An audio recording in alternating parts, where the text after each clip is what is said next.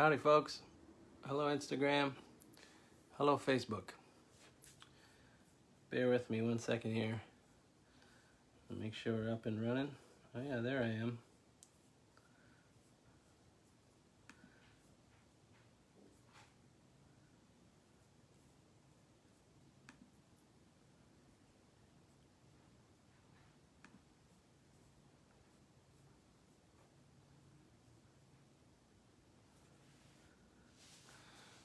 Hey guys.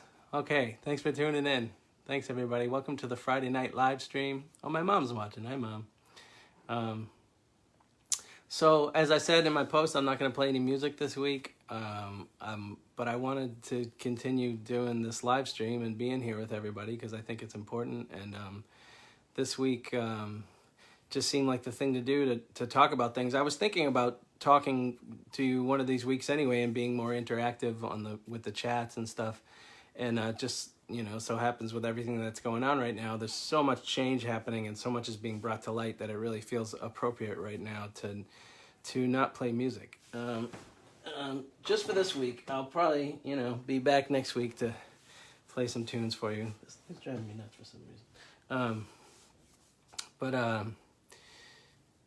There's so much going on right now. Yeah, thank you. I'm at Tara Lee's house right now too, by the way. I don't have internet hooked up at my new house yet, so this is not my new house.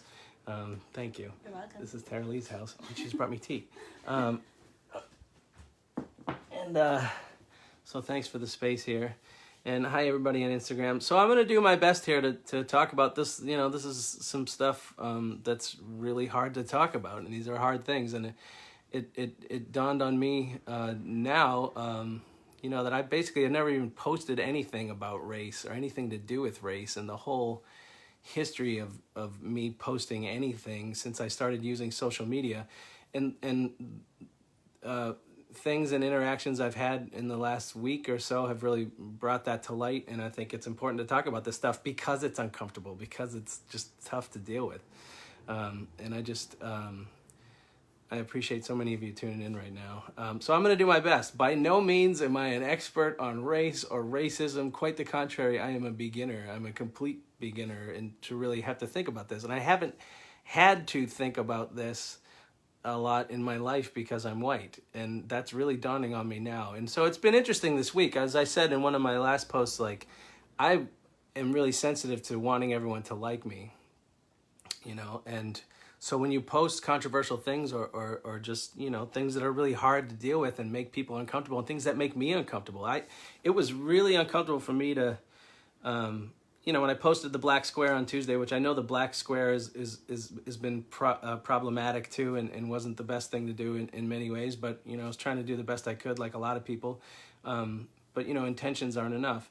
But when I posted that was the first time I wrote Black Lives Matter, and when I was about to send that, I was, kind of freaking out a little. It feels weird to say black, to say anything about race, to acknowledge it. So I just kind of want to try to address that stuff tonight within myself, and maybe it'll help you. And like I said, I'm a beginner. So a couple things I want to say about this format. The first thing is just this is a weird format. I call it a discussion. I called it that in my post, and I want to have a discussion. But the misleading thing about that word here is I'm the only one talking. I'm the only one talking audibly. And you can comment, and I'll try to read your comments and try to keep up, but I'm not going to be able to keep up with all your comments. I'm not going to be able to read them all. I'm not going to be able to address everything, certainly. So just bear with me. And I will try to do my best, and I'm sure I will paint myself into corners. I mean, the other thing I want to say is that I'm going to make some mistakes. I'm going to say things that you disagree with. I'm going to say things probably that are wrong. I'm going to, say things that make you feel uncomfortable. I'm going to say things that make me feel uncomfortable. And again, I just ask you to bear with me and, lead me to the right place if I'm doing something wrong, and just have some compassion on me and each other, if we have differing points of view, and if I'm blind to something. The idea of doing this is because we're far from perfect and we have a lot to explore, within ourselves and within our society, and I guess those are the two main kind of housekeeping things I wanted to get across before I start talking about it. And so I'm going to talk a little bit now about kind of how I got here and what happened with me on social media, which isn't a great huge story, but it's just like my path to get here. A week ago, I would never have thought about streaming and talking about race, and like I said, up until a week ago, or not even, I didn't even post anything about race ever.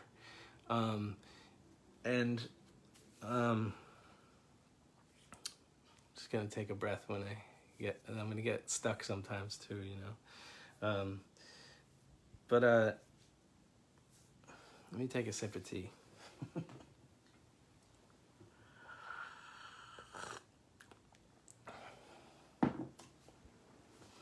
So the thing, I had some other point there, but I lost it. The thing I want to talk about, so I posted something about George Floyd last week, and I did that after that story had been in the news cycle, from my perspective, for at least a couple of weeks or a week or two or something, and I've been busy moving. I just moved where I live and bought a house last week, and I got things going on, and like anybody else, and I just kind of was able to just not really, I was like paying attention and be like, yeah, Black Lives Matter, and just supporting it in my heart, but not really doing anything and not really posting anything about it. And then when I saw my other musician friends, and so many people who I respect, not just musicians, so many people posting about it and really making an issue of it, it's like that is what forced me to deal with it and address it.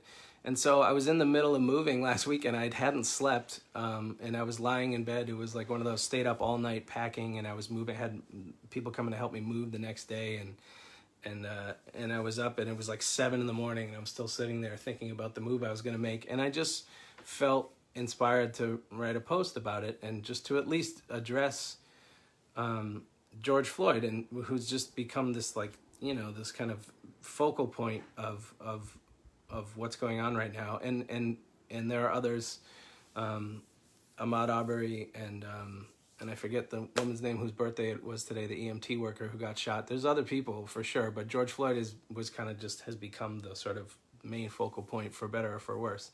The other thing I want to say, that's what I was going to get at, is I'm going to kind of talk for a while now and not really pay attention to your comments.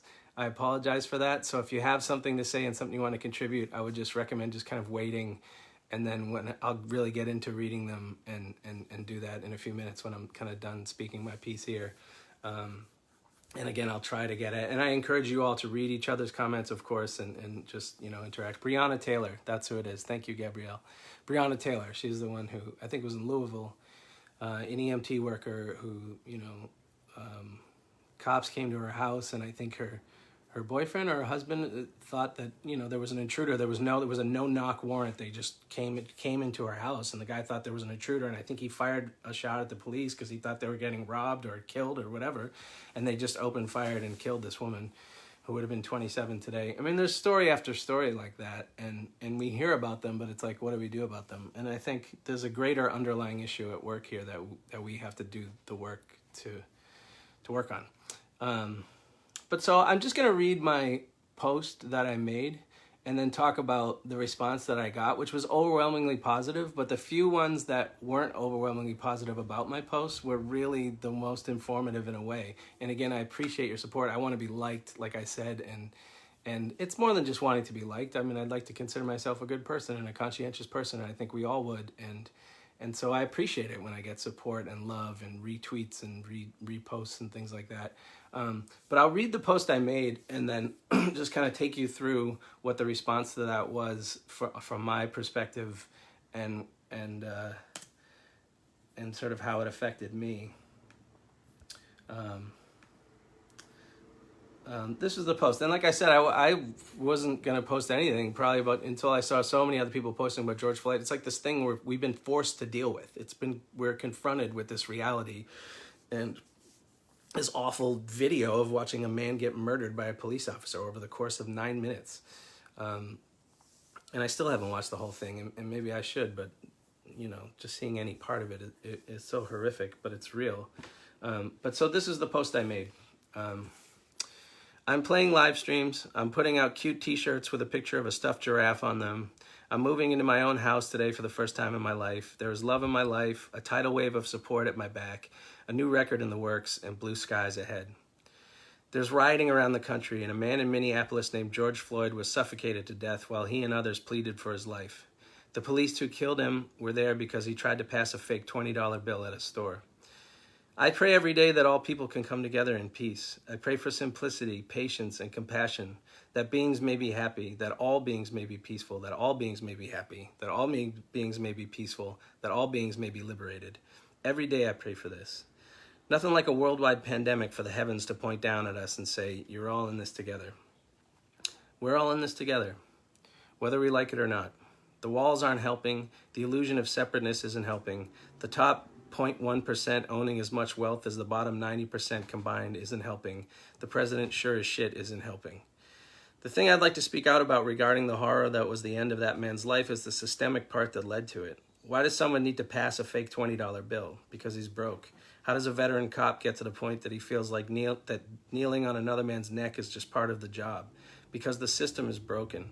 And yes, maybe he's just a power-tripping psycho too. And yes, there is most certainly personal responsibility for everyone. One man was a criminal and the other man is a murderer. But how can we improve the system so that this doesn't happen anymore, or that it happens much, much, much less often? We create the system every day. We can do so much better than this. We're all in this together. Okay, getting off my soapbox, giraffe shirts available on my website. I have no regrets about my personal happiness as of late, but I don't live in a vacuum either, and neither do you. So that was my post, and it got a lot of attention and a lot of love and a lot of support, and people told me I was so great. And I also want to say tonight, I tend to get a lot of praise for playing music and speaking and being there for people and stuff, and I really appreciate that, and I appreciate it. But tonight, don't worry about posting the praise for me. I feel it and I feel you, but don't praise me for something I'm asking you to do, you know. And I want to thank my friend Tim for giving me the words to say that. I appreciate it, and I love it, and I love your support and your praise, but this is not about that for me and for us tonight. So it'll probably kind of clear up the chat box if you just kind of like, I feel you, and you don't need to say it tonight. You can say it after if you want, whatever you want. So that was my post, and the interesting thing I thought about that, there's basically three different responses I want to talk about. Well, the one I'm not even going to talk about is all the support that came from that and all the reposting, and it was overwhelmingly received positively, and I stand by what I said. But the interesting ones, the people that had a problem with it, there was only a few, and it's interesting how like you can post something on social media and like, you know, it can be 100 beautiful comments of support and whatever, and it's that one bad one that will ruin my day, that will ruin my week, or just make me question everything. It's uncomfortable. It's not, you know.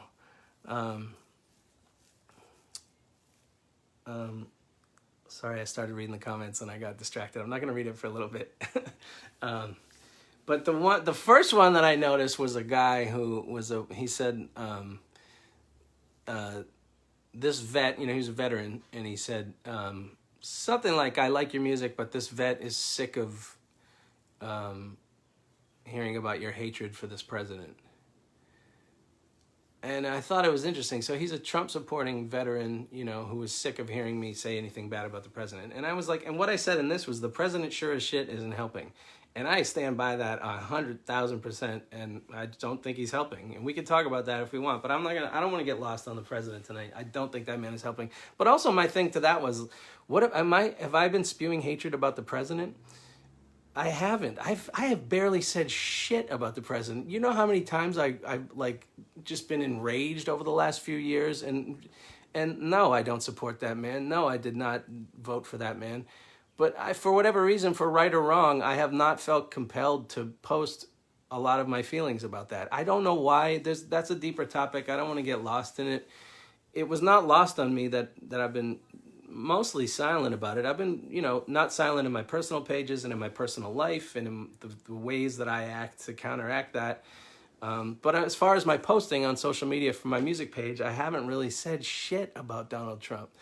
And, you know, and in Ships in the Night, I say, I can't believe we elected that man. Yes, I can. Yes, I can. Yes, I can. Which is like the most neutral thing ever you could say. It's like, I can't believe we elected him. Yes, I can. I can believe it when I look at the situation and see what's going on and what people think they're voting for and stuff. So I don't know. I just thought that one was interesting. And I got into it a little bit with that guy, and he's like, well, you haven't posted much, but I can tell that, or something. It was like, you've said enough things that I can tell. And it's like, look, I'm not trying to, and I said, thank you for your service. I think it's important to still be civil and be polite, even though I disagree, and he wasn't being, one of the things I've been heartened by some of these posts I've made lately is that even the people who really disagree, I've been pretty polite about it for the most part. I haven't seen a lot of attacking on my threads, and I'm proud of that. It's true. You can't make them all happy. I see that comment. You can't. I want to make everyone happy. There's something in me that wants to please everyone, and you just can't. And but I don't know if we got to any understanding. But it's like there's like this knee-jerk reaction where if you say anything about the president, which I haven't said shit. I posted the video of me doing the rant, the poetry rant thing. From Jam in the Van called I Never Sent a Dick Pic. And in the middle of that, I say something about the president. It's like a 12-minute rant, and I say one thing about the president. And somebody, sure enough, that one comment that bugged me that day, it was all positive. The one bad one was like, it's basically similar, like, I'm sick of your hatred for this president or something like that. It's like, that's literally it wasn't even hatred, and that's what I said. So I just think there's a lot of that going on. There's a lot of knee-jerk reaction where if you bring something up, it's like, you're just lumped into, what I said to this vet was like, and I'm sorry I don't know his name, I can look it up, but, I haven't expressed that, have I expressed hatred about the president, or are you just lumping me in with everybody else who has? Because it seems like that's what you're doing.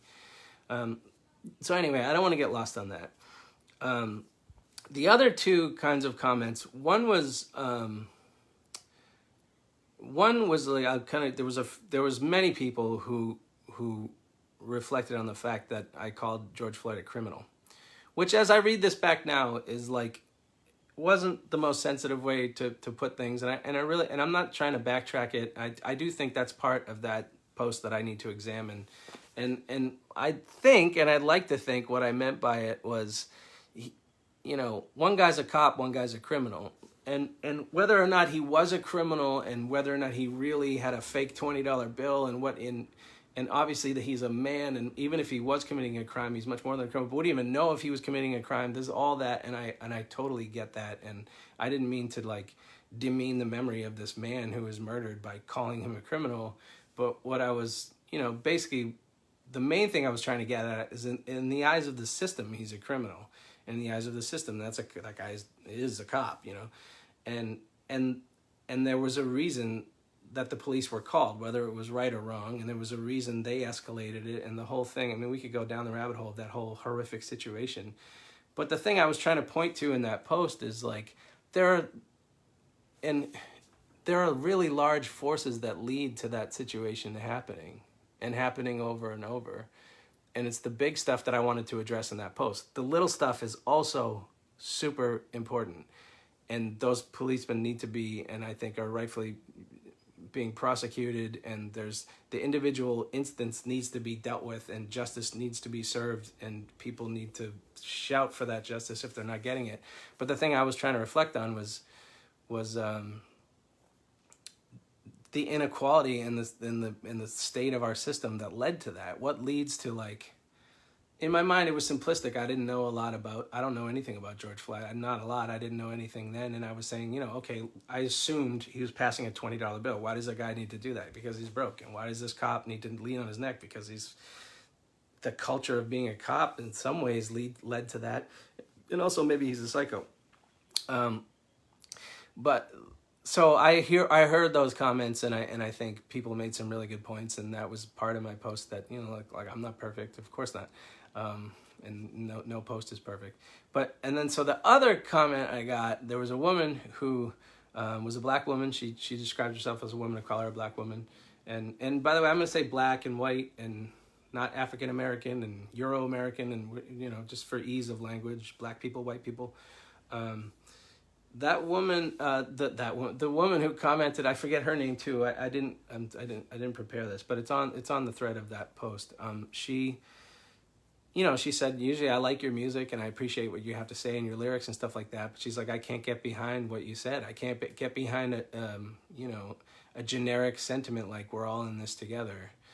And, and she basically was pointing out some flaws in what I was saying. And my initial reaction was like, my ego gets affected and I'm just pissed and I'm like, I'm doing the best I can. I posted this and everybody else liked it. And why can't you like, and like, and then it triggers all these other things. I'm moving right now. I don't even have to do this right now. And it's like, and then once I take a breath and realize it basically was her post that is the reason I'm here doing this tonight.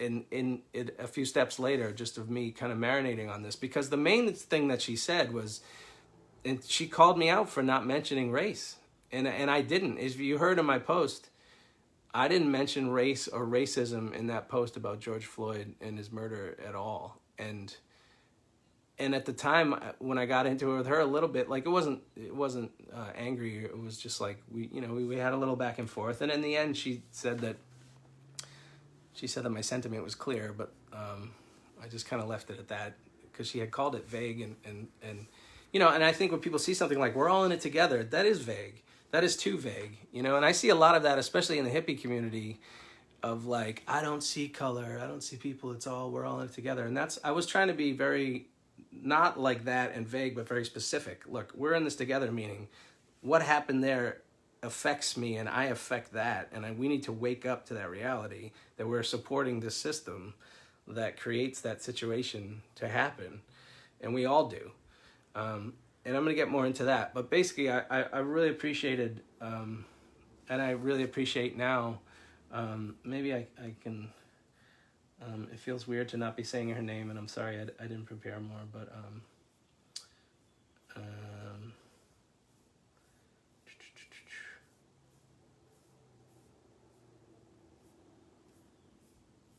this is the post.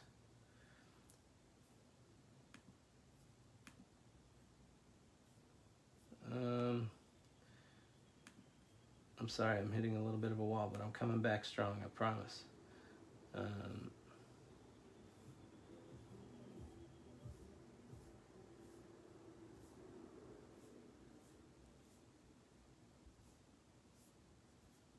Yeah, I'm sorry, I'm not finding her comment at the moment, and I'm nervous. But I forget her name. But at any rate, that really woke me up to the fact that I didn't mention race at all, and I've never mentioned race at all, and I don't think about race at all. I don't really have to. And I'm learning now it's because I'm white, because whiteness is taken as this like norm, and we don't have to address it. We're not forced to deal with race, and other people are, and black people specifically are, very much so, certainly through this day, and there are very deep implications of why that is, and a very deep history that we're still living in. And it's not enough to just have good sentiments and say that I'm not racist, and it's not enough to just say I'm a good person. We have to call it out. So we have to address it. And that's what I'm trying to do now. And so I went back to that post after she said that, after I calmed down my own ego. I was like, she's right. And I went back and I just added, I was like, the top 0.1% owning as much wealth as the bottom 90% combined isn't helping. Racism has never helped. The president sure as shit isn't helping. I went back and added the words, racism has never helped.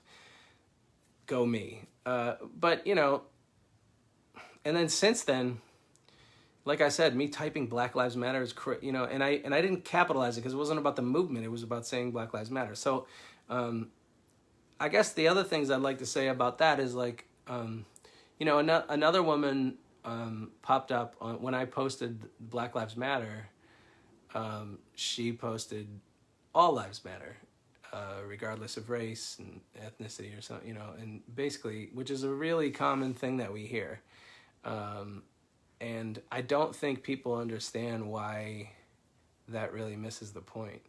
Because saying all lives matter it's fundamentally like a true statement. Of course all lives matter. Of course all lives matter. But that's not what's in question. And there's a lot of you already know this, but there's there's a ton of good metaphors going around right now for why that is wrong and why that misses the point right now to say that. There's so many good ones, but one is like, somebody's house is on fire and you're like, help, my house is on fire. And you just stand there and go, well, all houses matter. My house matters too. Why doesn't my house matter? Well, it's like their house is on fire. The problem right now is that people don't believe that, for lack of better terms, they don't believe that black people's houses are on fire. They don't believe that, that there is racism in this country. We're really blind to it. And we can afford to be blind to it. We're not, as white people, we're not faced to deal with. We're not forced to deal with it. But I thought it was interesting when she said that, all lives matter. I and some other people tried to explain like what is wrong with that. It's like saying Black Lives Matter is not saying only Black Lives Matter. Such an important point. I think people take it like that. There's this knee-jerk reaction to especially when white people are forced to look at the reality of racism. We're forced to look at ourselves, and it's very uncomfortable. We're forced to look at ways that we might embody that. And you could say, well, I'm a good person, I'm not racist. Well, you might be a good person, but you can still be propping up this system of racism. There's some good quotes coming up. But I thought that the reactions to her statement were interesting because, again, there's some people trying to patiently explain like why, yes, all lives matter, but what this is saying right now is Black lives don't matter in the system, in the society we live in. They don't matter as much as white lives. They don't. They're not reflected. The value of Black lives is not reflected in this system that we create, in this government that we create.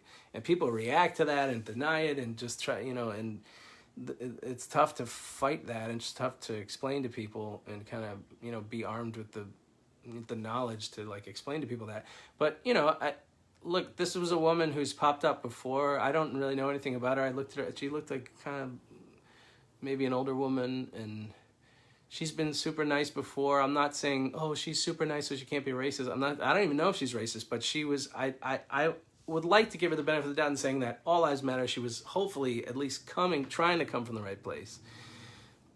Some of the reactions I saw were like, Ryan, this woman is spreading her hate. You need to block her. And it's like, no, I don't need to block her. I would rather try to teach her than just block her. I've almost never blocked anyone from my pages. I've blocked, I could count on one hand and not even how many people I've blocked over the years. And it's only for, people who are really attacking and hateful towards somebody else on the thing, or just really being messed up to other people, or being really fucked up towards me in a way that's like, it's scary, you know what I mean? In a way that's like, this would be better for you to not see this or something, and that's the only time I block people. I block people on my personal pages, but only for sports reasons.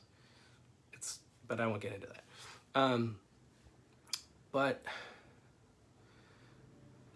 a lot of people have been pointing like some great resources and just great ways to kind of get some knowledge. And the couple of them have been really blowing my mind lately. There's a book called White Fragility, and thank you all for recommending that to me. I got the audiobook and I've been listening to it at 1.25 speed because she reads it pretty slow. And somebody also gave me that advice. People can give me tons of good advice to kind of like to just gain some knowledge about this. And that book, White Fragility, is blowing my mind. It's really amazing. It's really, and I wish I could do it justice and sort of give a discourse on the book, but I highly recommend you to read the book or to listen to it. I'm on chapter 5 now, and I've just been listening to it a ton over the last couple days. I just got it a couple days ago. But it really points out in very clear terms how real racism is, and how real it is in our systems, and how we, especially as white people, prop it up. And even the ones who we think we're good, and we might be good, it's not mutually exclusive. You can be a good person and still be propping up a system of racism in ways that you don't really understand. And this goes through everything. There's like the white fragility is a real thing, because whenever we talk about it, white people react. It's not comfortable, and it's not something we've been forced to address before. Black people in America are forced to reckon with race their whole lives in ways that we don't even think about. We don't even have to think about. And it's sort of like there's probably a bunch of metaphors, but it makes me think of like, it's like we're fish swimming in the ocean and we don't understand what water is. When you're white, it's as if there is no race. And I think, and there's a lot of this in the hippie community too. And again, it's like the sentiment is good to say like, I don't see color. I don't see race. I was raised to believe that all people are equal, and that's really nice. But that's similar in a way to saying all lives matter, and in a way, in a very real way, that's really missing the point. They talk about that very specifically in this book, about how basically since the civil rights movement, it became, before the civil rights movement, white people could pretty comfortably have racist beliefs and just ignore the way that black people were treated and say that it didn't exist, that racism didn't exist, and then it was televised. And then they're watching people get hosed down with water cannons and beaten off of lunch counters and just in real time. And there was a reality check for white people to see this and to be forced to reckon with the reality of it. And so since then, and obviously the Civil Rights Movement and the Civil Rights Act led to a lot of good change, but it's sort of like, after that, people almost considered it a done deal and didn't realize the way that racism persisted. There's a great documentary that people told me about too, that's on Netflix that I had saved anyway and I hadn't watched yet, but 13th on Netflix is a really incredible sort of history of black oppression in this country. And, like George Carlin said, America was founded by slave owners who wanted to be free. It's true, and a lot of people acknowledge that as our original sin. And, somebody sent me a video today who was basically trying to say that racism didn't exist anymore and it was only a belief held onto by progressives. And they sent this video of Condoleezza Rice talking about how there wasn't racism anymore. It was basically like they found a few black voices to say that everything was fine, which I think is bullshit. And it's like, what about the hundreds and millions of other black voices that are saying it's not fine? Or the ones getting murdered right in front of us on camera, It's not fine. And that documentary really made clear, like, slavery is the original sin. The original sin stays with you. That's a thing in Christianity. It's not like, oh, there was the original sin and I don't have that anymore. It's like you're a sinner by your nature, and I know there's a lot of ways that can be kind of twisted around and lead to, shame and things like that. We don't need shame, but we should feel guilt about things. The difference between guilt and shame, right? Guilt is like you can say, I feel guilty for doing that. You acknowledge something you did. I feel guilty. Shame is saying, I'm a bad person because I did that thing. Shame is not something you want to get into, but you can feel guilt without feeling shame. You could still, I feel like, yes, I am a good person. Yes, I messed that up. I shouldn't have done that. That's guilt.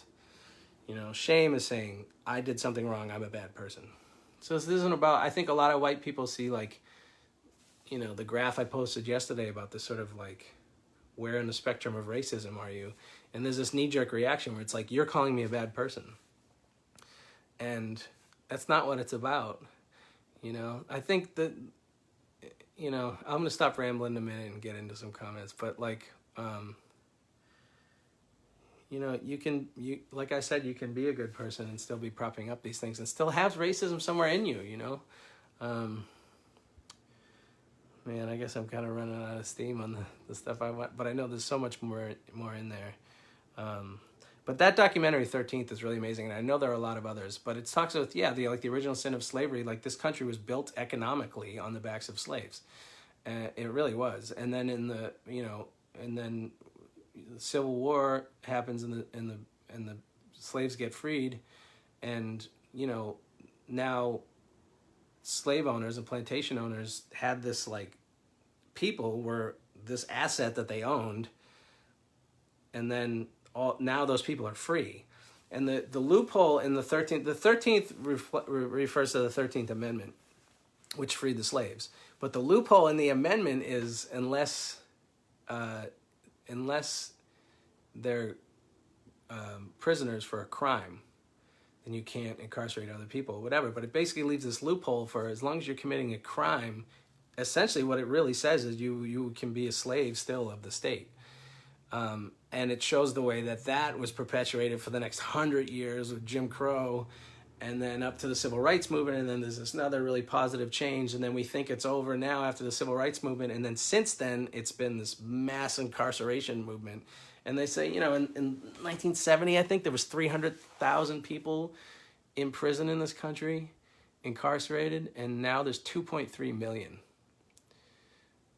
So like, what happened over the last 4 or 5 decades to make it explode and go from 300,000 people to 2.3 million people are behind bars in this country, locked up, and I just think too many people look at it simplistically and say, well, they shouldn't have committed those crimes. You shouldn't have done a bad thing. It's like my point in that original post is that one of the larger forces, at least, to this is the inequality. We create these systems and we create, this world where, the horrific, the 8 richest people in the world own more wealth than like the whole bottom 50% combined or some shit. I mean, there's like terrible, terrible things. That's a problem, How, I call out Jeff Bezos and then I order things on Amazon, but does that guy need $100 billion? Is it so wrong to like, what if we put $50 billion of that into the education, into inner cities, into, people who need it? That guy would still have $50 billion, way more money than he could ever spend in his life.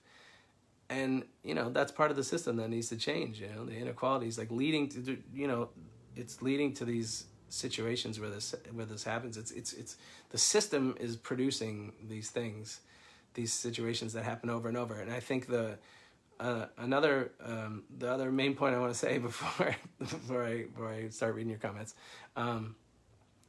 is I think too many in the book White Fragility really makes this clear, but I think too often we look at racism like it's just this bad thing that's done by bad people, which it is, but that's just the outermost manifestation of racism. And so when you think of racism like that, racism is, if your definition of racism is like, ignorant, hateful bigots who commit crimes and hurt other people of color, then if you're forced to deal with any shred of your own racism or your own part in a racist society, then of course you're going to react to that and be defensive and be like, I'm not that, I'm a good person, But the real, like the killing of George Floyd, the things that we see are the horrific sort of endpoint and flashpoint of the worst of racism in a way, but the worst of it really is like this big underbelly that underlies the whole thing, and we're a part of that, and I'm a part of that. And so that I feel like there's a big awakening happening right now with people all over, and I think there's a lot of awakening for a lot of white people right now. I hope, and I'm feeling awakened to the fact of like what I contribute to this. I do, and you do too. And, yes, you are a good person, but you also contribute to this. It's the unconscious ways that we do it. It's the subconscious ways that we like hold racism. I can't recommend that book enough, White Fragility, to just see like just the ways that a lot of people just don't even deny, like they deny that racism exists because we don't have to see it. And it's just because white supremacy is propped up in all these ways we don't even have to think about. And we continue to prop them up in ways that we don't think about. And so if you just see it as like one of the ways I've been looking at, I know I keep talking. Well, hey, it's my stream. One of the ways that I lose my mind and forget what I'm talking about is that I have a sip of tea.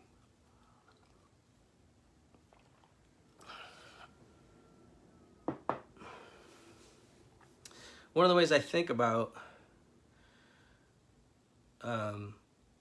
these instances of violent racism and seeing white supremacists march and things like that, it's like that's like this really obvious, really easily condemnable thing, and we should condemn it, and we should speak to that and fight against that and seek justice for those things. But in a way, it's almost like, bear with me for this metaphor because it doesn't totally work, but it's almost like problems with the environment, climate change, things like that. It's like if you see somebody in their car just take like a bag of garbage, like from fast food or something, and just throw it out their car. That's like such an easily condemnable, like, don't do that. That's bad for the environment. Or just throwing a bag of plastic into the ocean. You know, if you saw somebody do it, you'd be like, what are you doing? That's like, that's sort of like these instances of racism that we see. It's like, that is bad and we need to call that out. But the problems are so much bigger, and the institutions and the systems are so much bigger that lead to that problem. You know, in terms of the environment, it's like, you know, people just pumping chemicals in the environment, using these petrochemicals to make plastics and dumping them en masse onto the people, which gets in the ocean. There's a bigger thing at work than like, it's like calling out littering, you know, which you should call out, but like there's a bigger thing at work here. And that's a weird metaphor. I don't mean to say that people dying from racism is equated to littering. I'm not saying that, but you know what I mean? I don't know. I hope that comes across. The other thing I've been thinking about lately that keeps coming up in a lot of the things I've been thinking about and the things that we're forced to deal with is I keep thinking about the Tao, the yin yang, you know, the Tao, if you ever read the Tao Te Ching, or just the symbol of the Tao, which is, you know, it's like it's like two fish, the polar opposites. But the key part of that is that there's parts of the opposite in each other, the eyes. And that image keeps popping up in my head lately because when we talk about these things, they're hard issues. They're really hard. And there's always some element of the opposite that's true. There's not a lot of absolutes here. It's really easy and sort of simplistic to say racism is bad, I denounce it. That's good, but there's a bigger picture and there's bigger forces at work. And for some reason that image keeps coming up to me. Like I have this we have this calendar at home, at the new house now, and it's a daily calendar with proverbs. It's African proverbs. It has a different proverb from somewhere in Africa for every day of the year, and we just read it every day, and it's great. It gives some inspiration, some insight. Some are weird, whatever. But there was one the other day that said politeness is the key to the heart of the people. And I thought that was so great and so important, especially like I was saying before, as I'm like trying to address people on my threads and things, and trying to address people who really disagree with me, and you know, people with different. It's like, as much as we can, I think it's really important to stay polite and not just rush to judgment, and just try to take a breath, even if you've had to explain why all lives matter is the wrong thing to say. Like even if you've had to explain that 1,000 times, do it 1,001 if you can, if somebody needs it, as opposed to, and I understand the thing of just being like denouncing someone. It's like, you're supposed to know this, you know, there's like, so, but what I was thinking about that is, you know, politeness is the key to the heart of the people. And that is so true. But at the same time, I would never rush to the front lines of a Black Lives Matter protest right now and say, hey, politeness is the key to the heart of the people. We need to be polite, and just be polite, be nice. It's like, no, the opposite is also true. You know, there's a time to not be nice. You know, it's like Patrick Swayze in Roadhouse. There's a time to be nice. There's a time to not be nice. You know, and that image just keeps occurring to me in all these things, because there's always some element, and this is the problem, like people will point out the one instance where what you're saying is not true, and then so the whole thing just falls. And that's not, the reality is there's some element of the opposite in everything.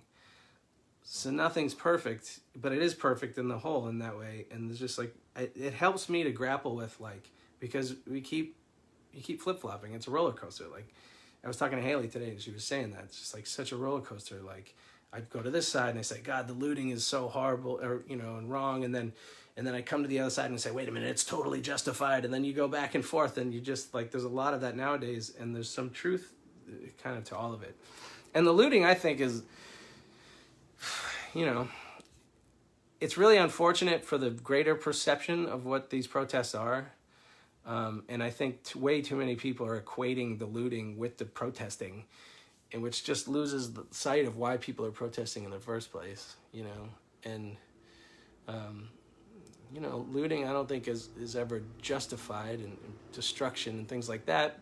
And there are definitely agitators doing it, but it's not all. Part of it also is just rage. You push a whole, you know, race of people and groups of people and marginalized people. If you push people's backs against the wall for enough decades, enough centuries, enough years, and then horrific stuff just keeps happening, there's going to be rage that's going to bubble up.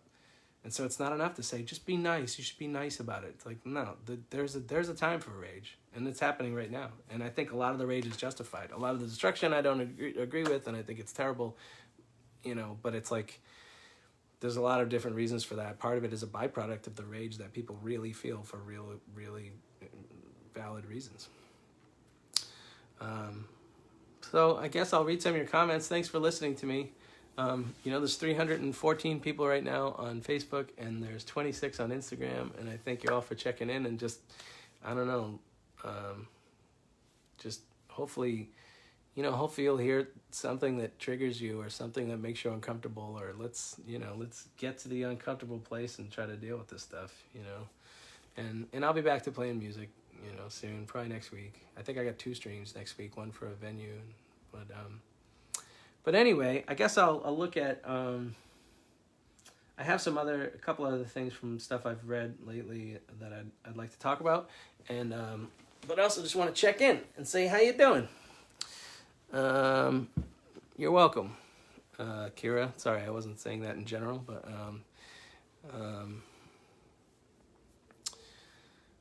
can't bring back people. Stuff we can. Yes, that's true. Kenwood Denard. Hey, Kenwood. Thanks for checking in. Thank you. My teacher, my brother. I'm sorry to hear about your mother. Yeah, I love you, man. I love you, Tim DeSutter. So does anybody have anything they want to... I appreciate, again, that you're welcome, and thank you, and, you know... thanks, Nagel. Good point. I'm going to actually... Maybe I should look on my computer. It might be a little easier.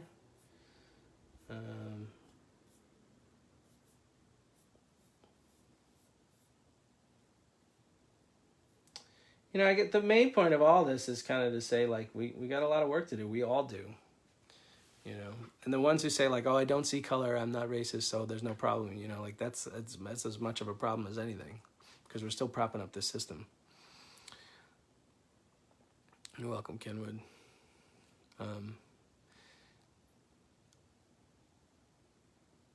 Oh, man, it's really hard to focus on the comments that kind of... scrolling by so quickly, especially on my phone. Let me try to... This is a weird forum, like I said. It's strange, like, you know, it's set up really for one person to talk. And I guess I just hope you're getting a lot out of each other's comments. And the video that I posted today, I tweeted it, and I posted it on my Facebook.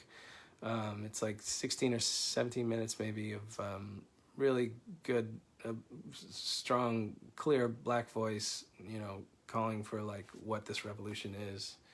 And you know, it's weird, feels weird still for me to post stuff like that, you know, because I know some people are going to get pissed off by it, but a lot of times when people are getting pissed off, it's like because they're being forced to deal with their own uncomfortable shit.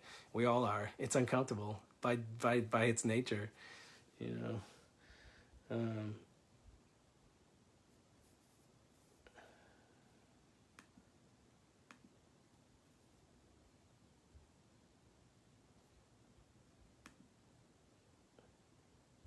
See thread. Oh, there we go. And there's me.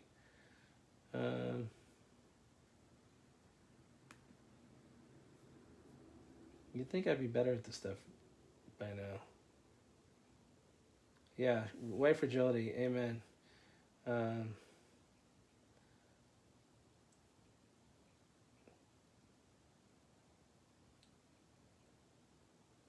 Thank you all. I'm sorry, it's just kind of hard to like latch into comments. So if you brought up a salient point, which I'm sure many of you had it, I'm sorry to like, it's hard for me to reflect right now with what's going on. But I'll look in later. And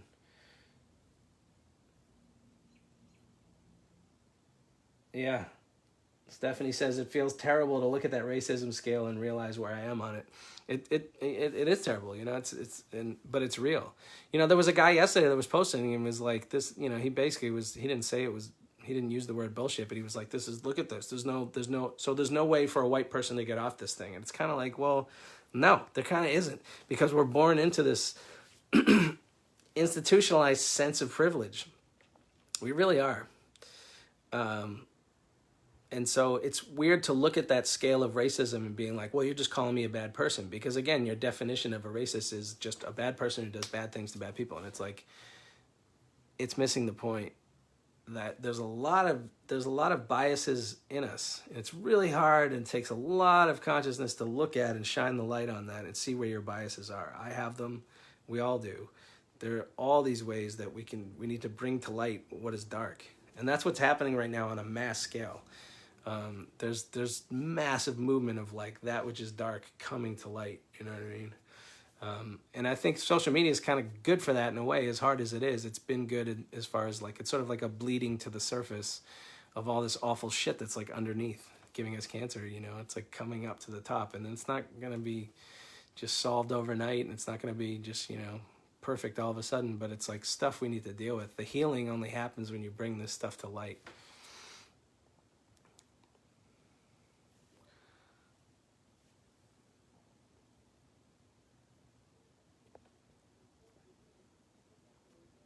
Right on, Nagel.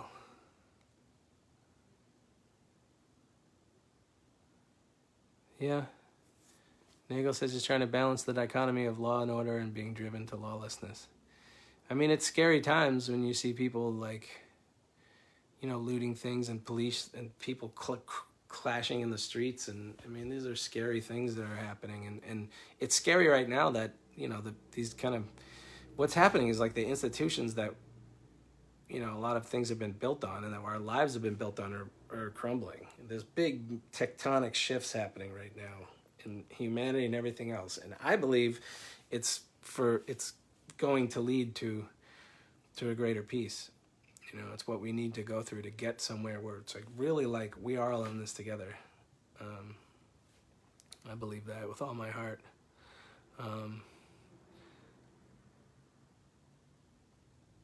Haley Jane, what would you say to folks telling you to stick to music and not speak out? Yeah, the old shut up and sing. I watched a guy in an audience in Michigan once yell that to Martin Sexton, basically like, and he yelled something at him, was like, just play music, you know, because he was being outspoken about the war in Iraq, I think, in the Bush years, and Martin said, shut up and sing, huh?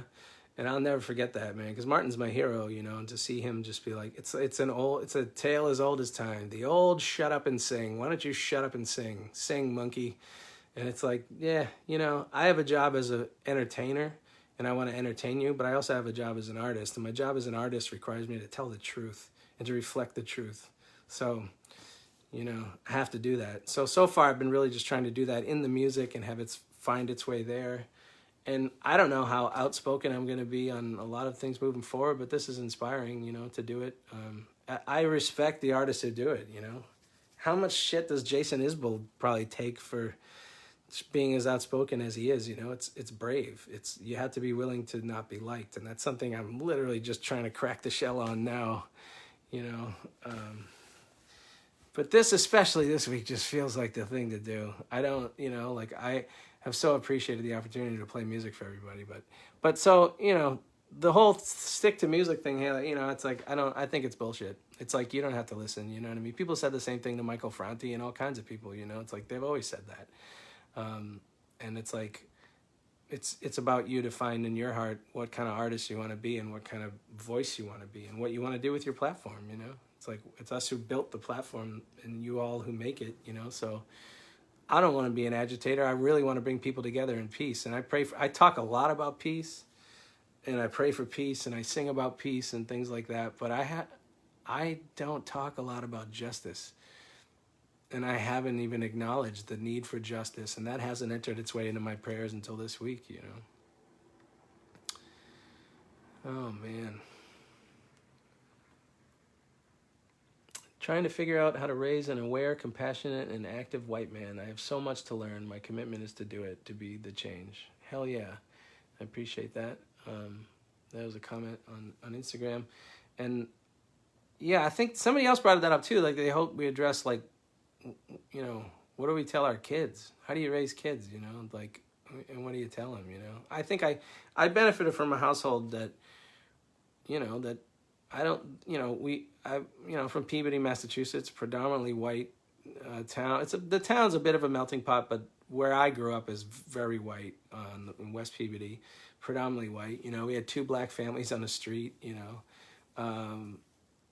But, you know, I was thinking about it, and it's like my parents didn't address race, really, but they didn't treat those families as any different at all. In my recollection anyway. I'm sure there was some flaw in there and some biases going on, but for the most part, it was like, I think I benefited from having a house that didn't have to sit down and say, all people are equal and everybody's the same. And it's like, you know, you can almost do more damage by doing that sometimes, because then you don't acknowledge race. And not that it was really acknowledged much in my house, but at least, like, you know, they definitely weren't overtly prejudiced, and they were, you know, I think just by the example of, which I didn't even take it as an example of, just like, they didn't treat anybody differently that I saw.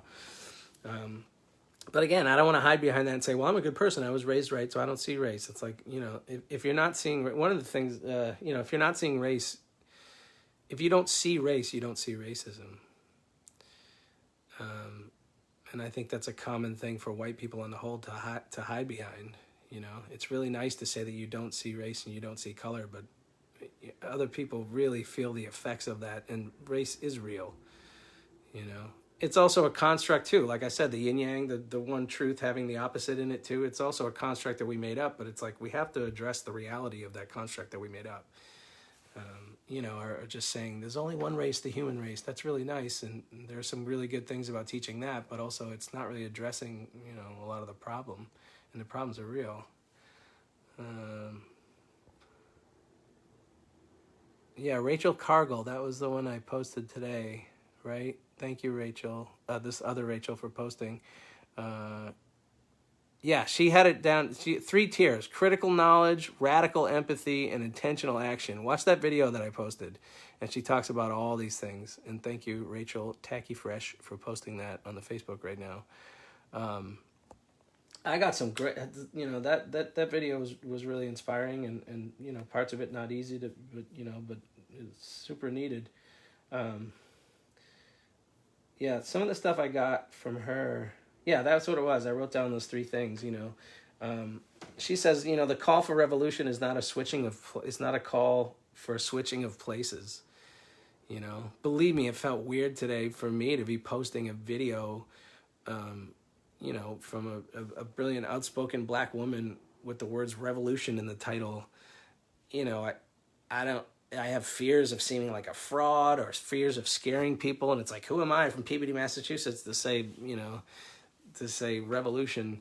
But she says it very clearly, and she lays out very clearly what we all need to do, you know, at least a direction for us all to go in to help, you know. Critical knowledge, that she's, you know, critical knowledge, radical empathy, and intentional action. Critical knowledge, like, I feel like, you know, read White Fragility, watch 13th, or there's a million other things. There's all kinds of, I started watching a documentary today on LA 92. I didn't even barely start it. I got too busy today, but I'm going to watch it. And it's like, these things keep happening. And so it's like, arm yourself with knowledge, you know. The people who just say it doesn't exist and the racism doesn't exist and there's no problem, it's like, you're not even trying. You know, arm yourself with the knowledge. And then she talked about radical empathy, which is like, that's a deep one, you know. I think empathy goes so far. The Instagram feed is going to end in a minute. I'm going to end it and start it right back up. Instagram, I'll see you in 1 second. I'm going to end it and start you.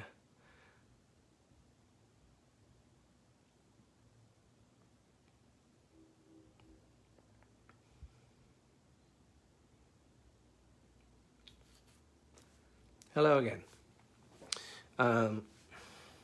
Radical empathy is like even too big of a topic to get into, but real empathy is not just like feeling bad for the people who have it bad. It's like feeling joy at the fact that you're all connected and they exist too. Empathy is a big one. I don't even know if I can fully get into that. I don't think I can. Intentional action is the third thing she talks about. So it's like, what actions are we taking? It's not enough to say like, I agree with all these things. It's like, what are we doing? And I don't know what I'm doing yet. Part of it is me doing this, right now, but I haven't done much else to, cause change, but I would like to, and I will. Another thing that she says is anti-racism is not self-improvement work for the white community.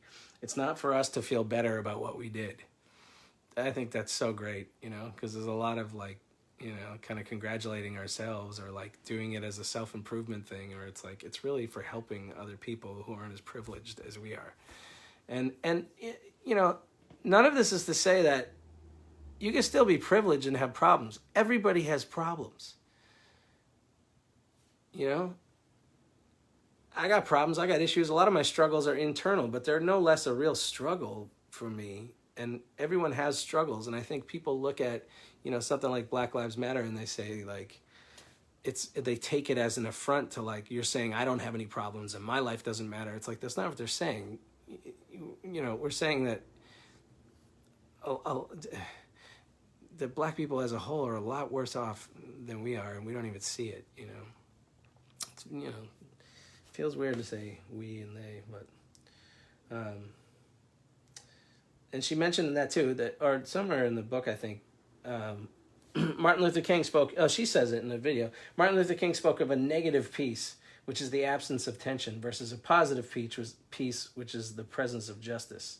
There's a way to keep the peace by just kind of staying out and just not making any tension, having it be an absence of tension. But that's not what Martin Luther King called it.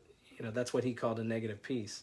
The positive peace is one with the presence of justice. So it's like, get in there, get in the ring, talk about this stuff, talk about it with yourself, talk about it with your kids, like try to engage with, people out there who call you out,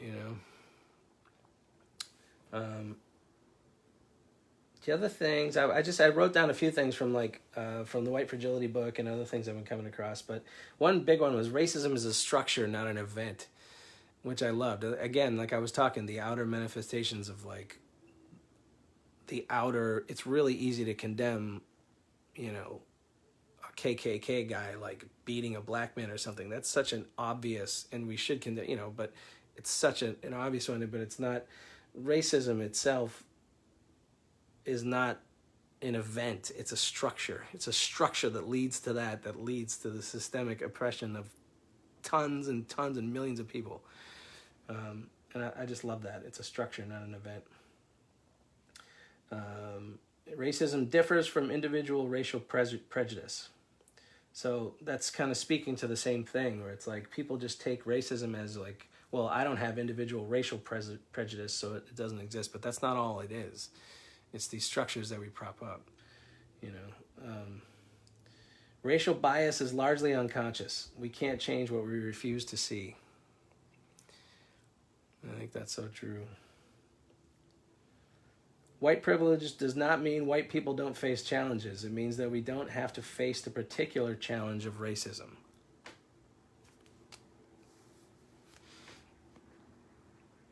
White privilege does not mean white people don't face challenges. It means that we don't have to face the particular challenge of racism. And there's all kinds of facts. There was stuff I was looking up. It's like, these problems exist, and there's numbers to prop it up if you just look for them, The incarceration rate for black people is 5 times what it is for white people.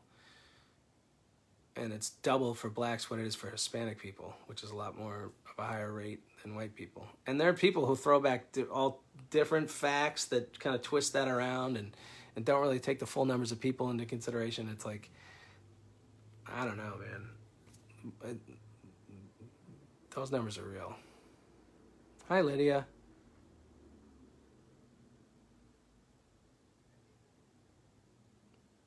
How you doing, Lydia Harrell? I'm like catching random bits. I miss you, darling.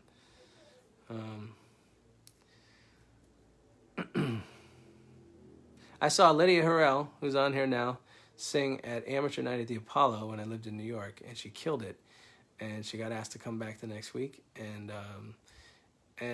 you know, that was an experience for, you know, like, it's, I mean, Harlem's different now, I'm sure, way different than it used to be, and there's still like a fair amount of white people in the Apollo, but you know, you go in there and as a white person, you're the minority.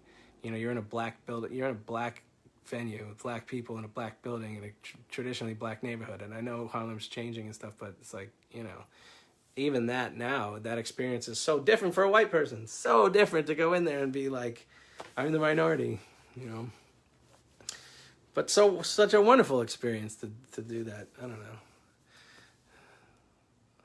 I'm starting to lose confidence in what I'm saying. Yeah, death rate is 2.5 times what it is for white people. It's like there's the stats are out there. You know, these stats are from the White Fragility book. These are from 2016, 2017.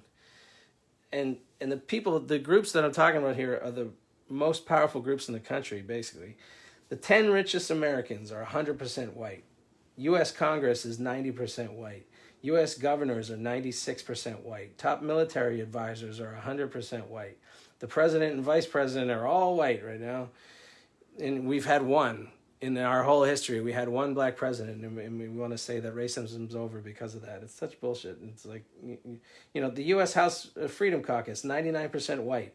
Current presidential cabinet is 91% white. People who decide which TV shows we see, 93% white. People who decide which books we read, 90% white. People who decide which news is covered, 85% white.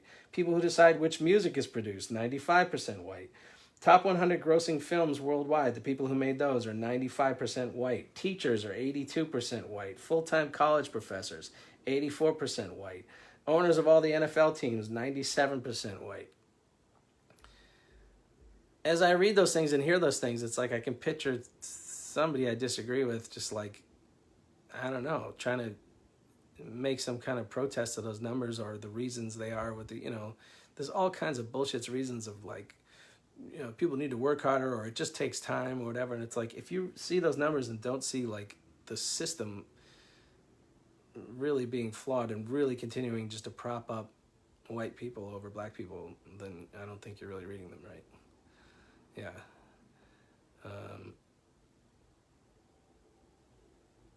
Yeah, the ads we see. Yeah, you're right, Lydia. Yeah, think about the ads we see. It's gotten a little better, but it's still mostly white. It is. And I think as a white person, you don't... one of the things that book really calls out is like, whiteness is just taken as for granted as like the basis, the norm. The norm is white. The aberration is black. You know what I mean?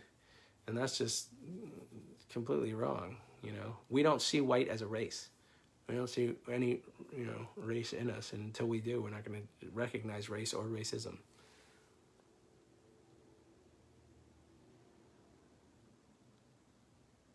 Can I speak on the importance of empathy these days? Yeah, I didn't really prepare to do it, and I kind of wish I did because, you know, empathy is so important. And I like what Rachel Cargill talks about radical empathy, but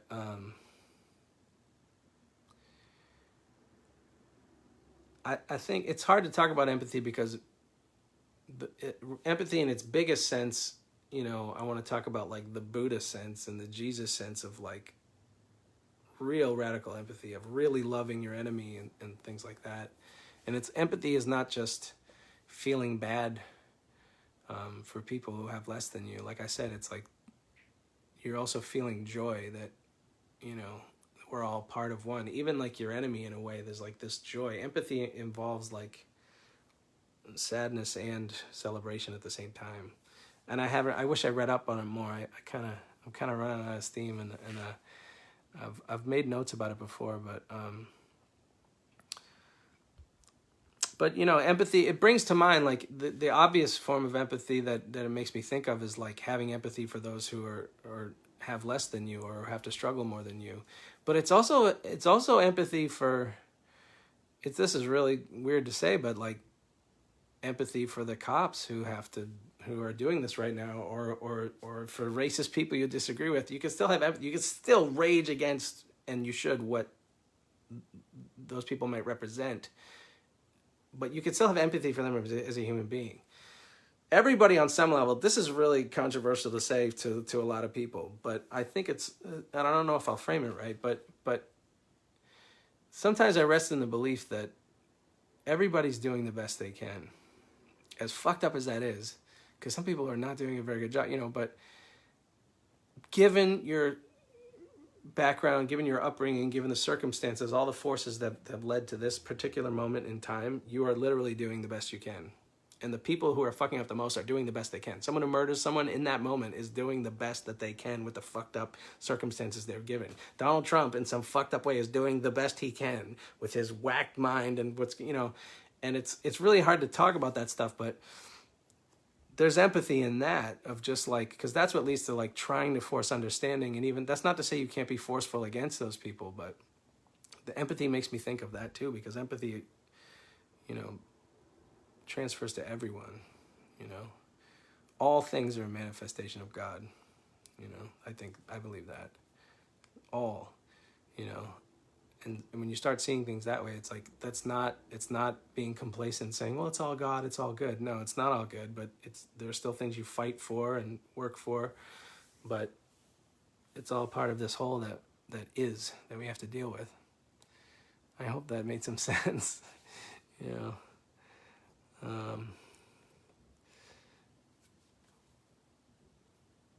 Yeah, Trump needs to drop a lot of things. I don't even know if I want to go down that rabbit hole, but I don't understand how people can still support that man. Trump, I would say, like, the thing I have been a little outspoken about is, like, the humanity there. I don't want to get lost in the politics, but, like, everything that I hold dear and to be important about human beings, humility, wisdom, groundedness, connection to Mother Earth, respect for women, respect for each other, kindness, intelligence, words, speaking clearly, all these things, kindness, I think I said that, but those are the ideals that I hold highest in a human being. And everything I see on a human level from Donald Trump, I just think he's lacking in all of those categories, to say the least. And it's really disheartening to see. And it's important, It is important, I think, what kind of person the president is. Because he's a symbol, if nothing else, I think I'm gonna leave soon, guys, and I hope you got something out of this. I kind of talked more than I guess I had planned. I want to interact more, but it is kind of hard to like sort of keep up with comments, and I look forward to thank you, Kenwood. I was thinking of you when I said those ideals. It's funny, man. You know what you're doing. Kenwood Denard, thanks for teaching me about music. That's my teacher. Hi, Natalia. Oh, man. I want to thank everyone for tuning in on this. It's funny. This is about half the number of people I usually get on Facebook. But, that's where we're at. It's good. I don't blame people for, I posted, I usually play music for everybody every week. And this week I was like, I'm going to talk about racism. It's like, I applaud you for tuning in at 8 o'clock on Friday night to hear Ryan Montbleau talk about racism and try to, get his way through it. I don't know if I wonder if I said things that you disagreed with, or things that struck a nerve, or the things that made you feel uncomfortable. I don't know. I don't know that I did that, but read White Fragility. That book will make you uncomfortable. And I don't mean to keep beating the drum of that book. It's just the one I've been reading this week. There's so many other resources.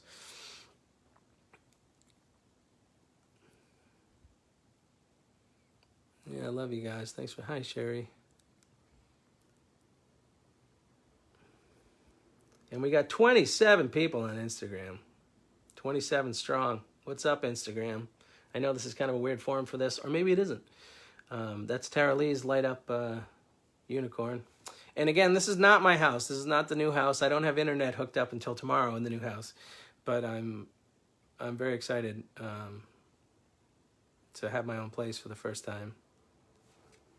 My Uncle Bill. No, different Bill Murphy.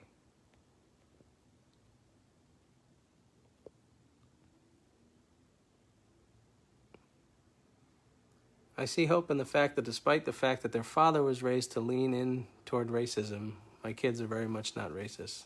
Right on, Bill.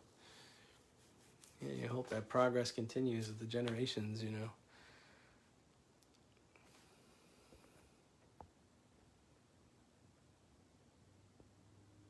Thanks, Aunt Janet. The move went okay. Thank you, Stephanie. We're in the house. Thank you, Carl. So many people I love on here. Tim DeSutter. Thanks, Tim. You're the man. Nagel, thanks for tuning in, my brother. Devin in Uvita, Costa Rica. It's so funny. I know most of the people popping up. Ashley, hi, Ashley. We are all in this together. My mom. Thanks, Mom. My mom's had to deal with bigots in her neighborhood and at her local store and stuff like that. And it's like, I shudder to think about just really ignorant people being around my mother. But, you know, empathy. Try to help, try to educate, try to keep, you know, stay grounded, keep your peace, you know. One of the part of my impetus when I wrote that post last week was like, there's so much good stuff happening for me. It's been so weird to talk about, but like during this pandemic, I've had so many positive personal changes in my life, kind of coincidentally coincide with that. So it's hard to talk about. We've been struggling and there's so much just tough things happening. And in some ways for me personally, I've never been happier. And it's like, I have to just accept that and be like, I'm not ashamed of my happiness. I don't reject that, but let me use this strength I have and try to help, you know, and I don't know, at least acknowledge truth, you know, which is a never-ending pursuit. Lydia Harrell, I love you. Thanks, Lydia.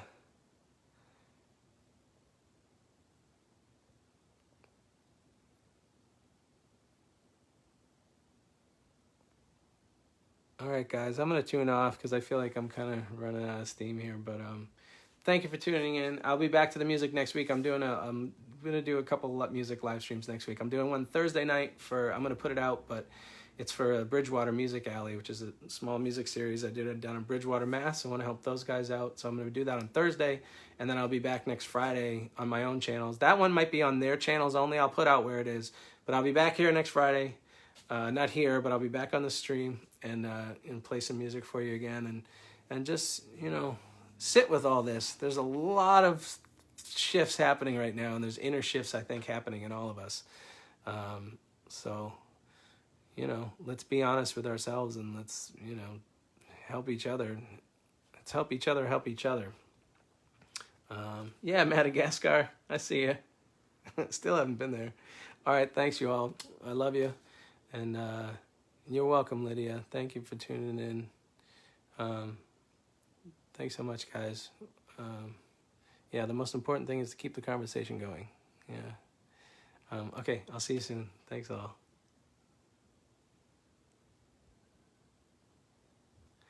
All right, I shut off Instagram. Finally, those assholes are gone. No, I'm just kidding. I'm kidding. I love you. I'll talk to you soon.